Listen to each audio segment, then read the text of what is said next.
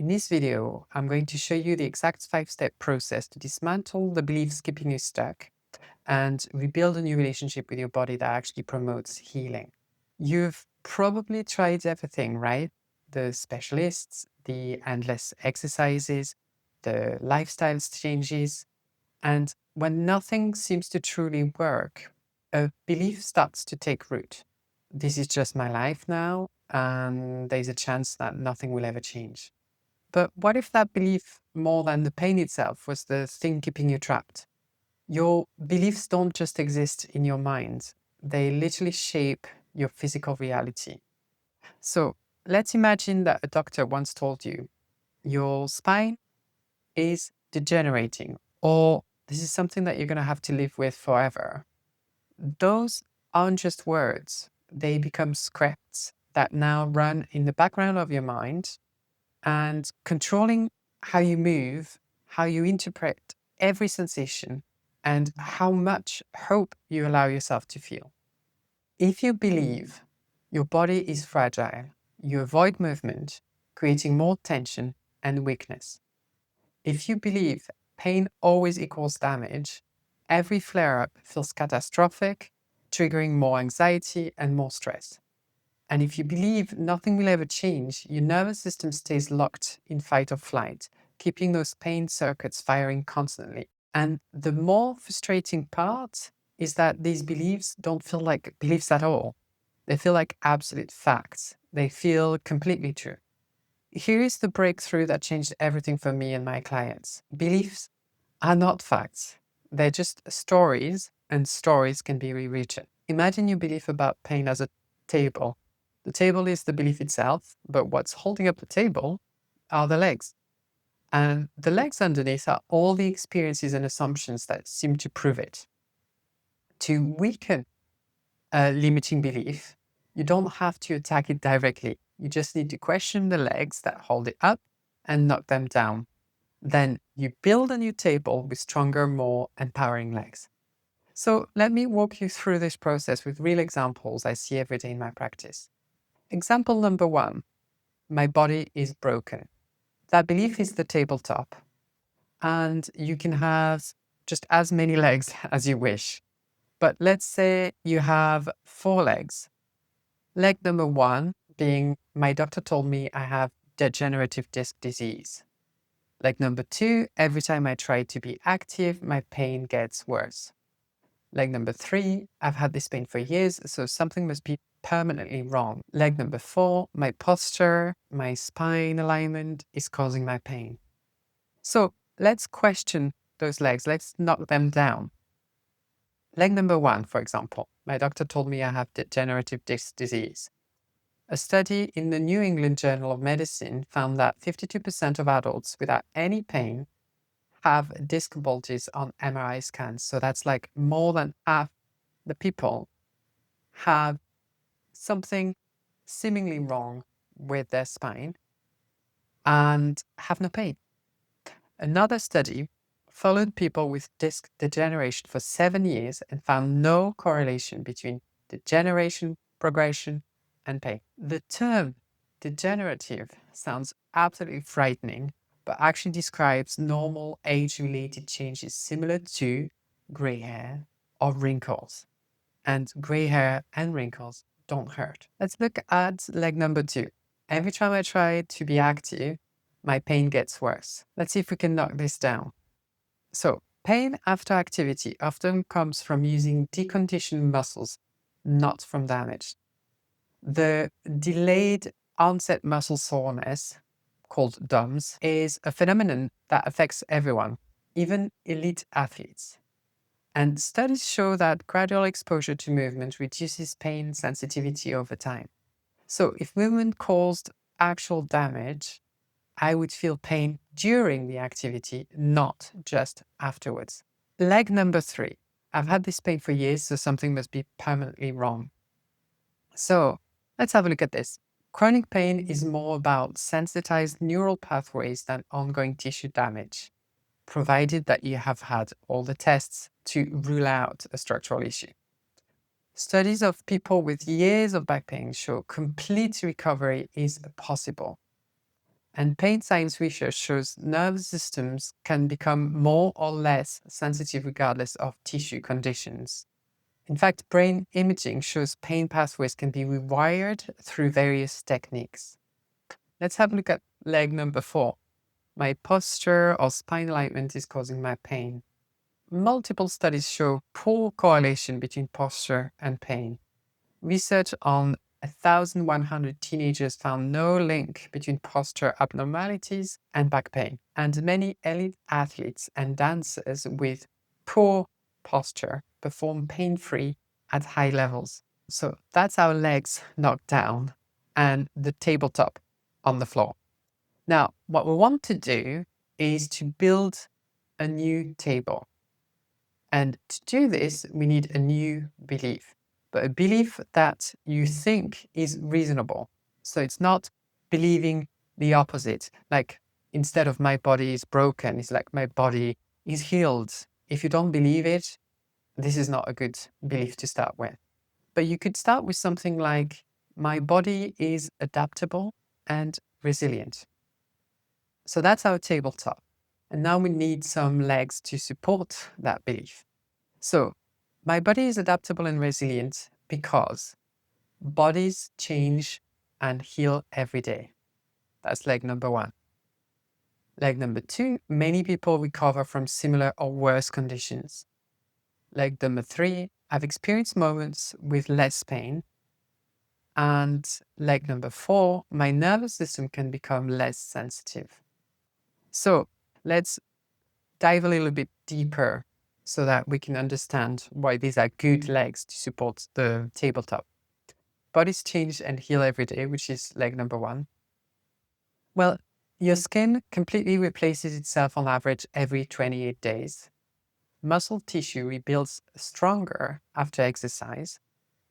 Even bone completely remodels itself every 10 years, and neural pathways change and adapt throughout life, which is what we call neuroplasticity, hence the term neuroplastic pain.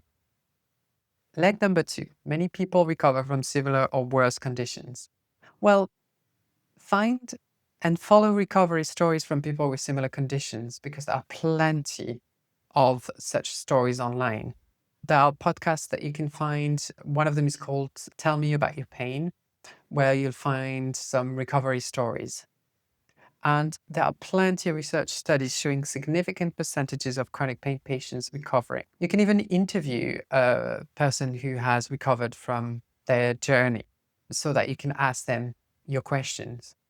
And depending on your goal, you can join communities where recovery is really normalized rather than focused on just coping with the pain.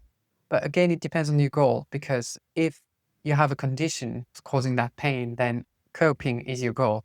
But if you've done all the tests and they can't find anything, then you want to focus on recovery. Just find a community that aligns with your mindset and goals. Leg 3, I've experienced moments with less pain. So track pain fluctuations. Were there any moments when you were pain-free or when you forgot about it altogether? And just notice activities that absorb your attention and correlate it to see if it shows that there's a pattern when you're really absorbed and you have less pain. And if pain varies, it's unlikely to be purely structural or permanent. So leg 4, my nervous system can become less sensitive. Research on pain reprocessing therapy shows decreased brain activity in pain regions. There are studies on meditation and mindfulness that shows that practicing reduces pain sensitivity. Gradual exposure therapy has showed a lot of success with chronic pain patients, which means that you gradually expose yourself to things that you've avoided because of the pain. And there's plenty of research on how context and expectations shape pain perception. So I'll take you through another example of limiting beliefs. Example number 2, exercise makes my pain worse. This is a belief that I come across all the time, and I used to believe that.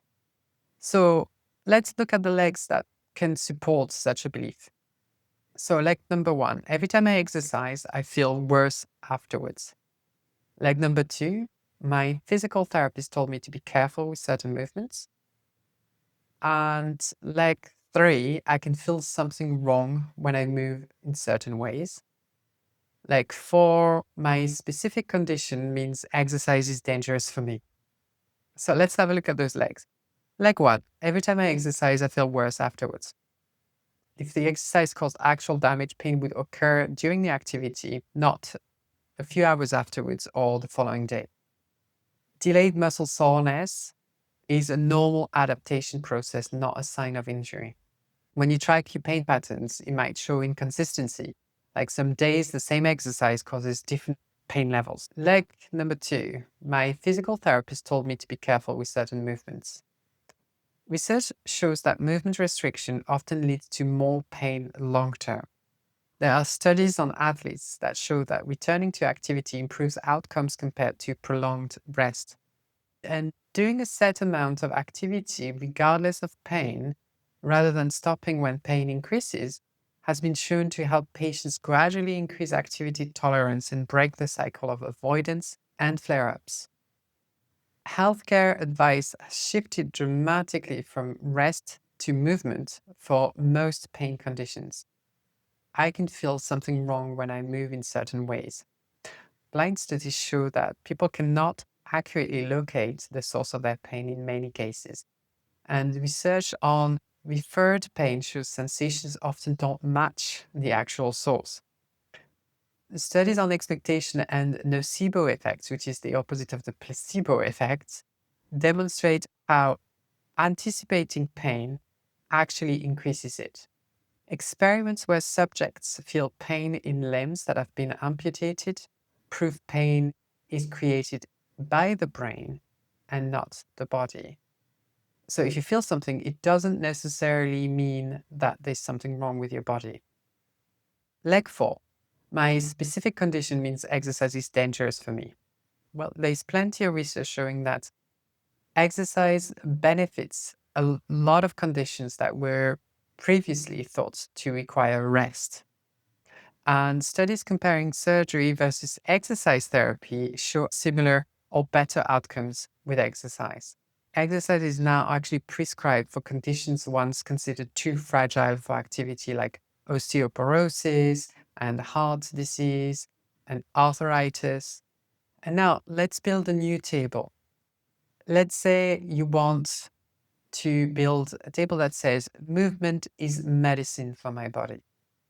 The legs that could support this belief are gentle movement can feel good. Gradual progression is the key, not avoiding movement. My attention and expectations affects my exercise experience. And regular movement decreases pain sensitivity over time. So leg 1, gentle movement can feel good.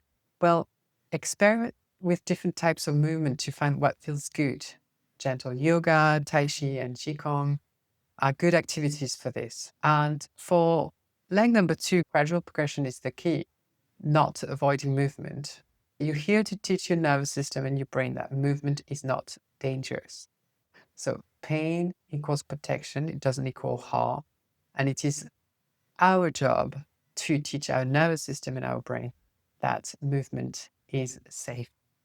Leg number 3, my attention and expectations affects my exercise experience. So this goes hand in hand with gradual progression because pain does not equal harm. Pain equals protection. So this could be a mantra that you could use and repeat to yourself while you're doing the exercise. Leg number 4, regular movement decreases pain sensitivity over time. As you should know now, research shows that exercise helps decreasing pain sensitivity over time, and that's why it is advised to move when you have chronic pain. I just want to stress that this process isn't about positive thinking or ignoring reality. It's about questioning what you've accepted as fact and opening yourself to new possibility. And the beauty is that you can apply this to any belief about your pain. Could be my scoliosis means I'll always be in pain. My body is imbalanced and needs to be fixed. I'll never be able to go hiking again, or sitting is causing me pain. Just remember, you are not trying to argue yourself out of your current beliefs. You're simply becoming a scientist of your own experience, questioning, exploring, and gathering new evidence. Let me share my own journey with this process. For years, I was convinced I had injured myself during capoeira. It's a Brazilian martial art, and looking at the intense moves and acrobatics, it made perfect sense to me why my back was hurting. So I tried to fix myself by going to the gym to strengthen my back. But the day after working out, I would feel even worse. And this reinforced my belief that there was something seriously wrong with my body. I stopped training and also started avoiding running because I was sure it was making things worse. And I kept thinking, but my doctor told me to move more. How can movement help when it seems to make everything worse? And I was really stuck in this frustrating loop. Then something interesting happened. My chiropractor mentioned casually, when you came 2 months ago, the pain was on the opposite side of your lower back. And it's really in that moment that doubt was introduced in my belief system. If I truly had a structural injury on one side, how could the pain migrate to the other side? It didn't really make sense with my body's broken story. So I started challenging my beliefs with neuroscience. Well, if exercise was truly harming me, wouldn't I feel pain during the activity rather than afterwards? What if delayed muscle soreness was normal, but my nervous system was interpreting it as dangerous and therefore cranking up the intensity, leading to pain? Could my brain just be in protective mode, just amplifying pain signals even when there's no danger? And as I collected new evidence and built a new belief table, everything changed. I returned to capoeira gradually. I stopped obsessing about perfect form so that I don't hurt myself. And I focused on movements that brought me joy rather than trying to fix myself. The pain didn't disappear overnight, but its power over me really diminished. And eventually I returned to all the activities that I love: capoeira, hiking, yoga, swimming. And I've guided clients through the same process, watching them transform from believing they were broken to reclaim activities they thought were lost forever. When you start questioning old beliefs and replacing them with new ones, something powerful happens. Movement becomes less scary, pain doesn't feel like a punishment, you stop avoiding life, you become open to possibilities you once dismissed, and healing really isn't about being pain-free overnight. It's about changing your relationship with pain so that it no longer controls your life. Imagine feeling hopeful again. Imagine trusting your body instead of fearing it. Imagine waking up one morning and realizing that the pain isn't the first thing on your mind anymore. That's really the power of belief change. I've created a PDF companion to go with this course and this episode, and you will find a belief change worksheet in it that walks you through this exact process step by step. You'll be able to download it in the description below once I'm finished recording the course. So if it's not here just yet, just come back in a few weeks and you'll find it. And I'd love to hear from you in the comments. So what's one belief about your pain that you would be willing to question? Because beliefs shape your reality. So choose them wisely. So I'll see you in the next video. And if it's not there yet, it's because I'm currently filming it. And if it's there, just enjoy.